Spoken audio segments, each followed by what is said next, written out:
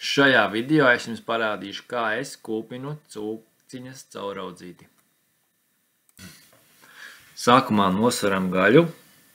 Tātad man būs 3 kg. Un tagad jānosver sāls.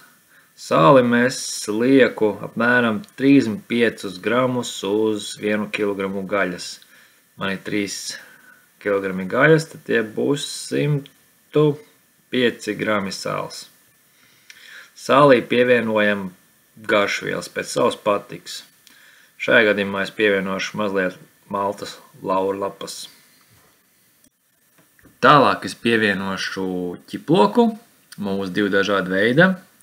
Vienā variantā man būs ķiploki sagriezti gabaliņos un iesprausti gaļā.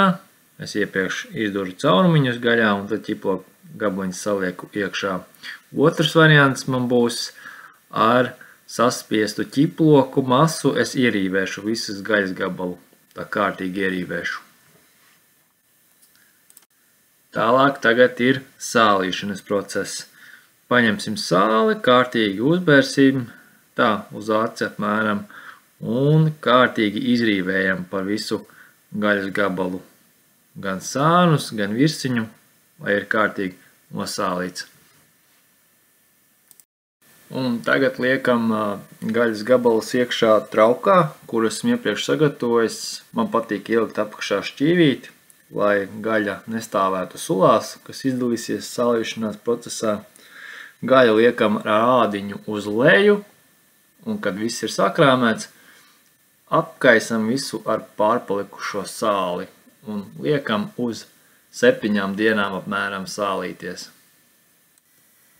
7 dienas pagājušas, tagad ņemam gaļu, aplejam ar augstu ūdeni un izmērcējam, lai izlīdzinās sālījums. Apmēram kādu stundiņu, un ūdeni vēlams apmainīt 2 reizes. Tagad saveram gaļas gabalus uz auklas. Es izmantoju šajā gadījumā papīra auklu, var depiņā nopirkt, var arī džutas vai kādu citu organisku materiālu. Un tagad sākās kūpināšanas process. Kūpinātājs vispirms iekurinu, lai mazliet uzsilst.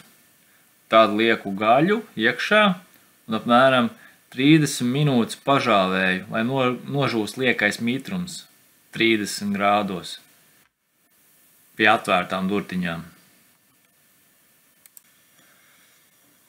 Pēc šīm 30 minūtēm es durtiņas aizveru ciet un kāpinu temperatūru uz 75 grādiem. Un tā es kūpinu tā vidēji no 75 līdz 100 grādi. Visu kūpināšanas procesu man aizņem 6 stundas. Kaut kur pa vidu šim procesam es uzkāpinu temperatūru virs 100 grādiem, kaut kur 120, uz 20 minūtēm, tā lai arī gaļas viducī temperatūra sasniedz vismaz to 70 grādus.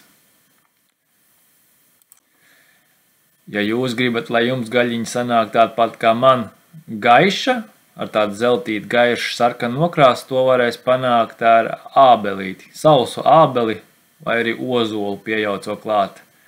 Ar baltāksni kūpinot, visticamāk, tā gaļa jums būs tāda tumša. Apmēram tā.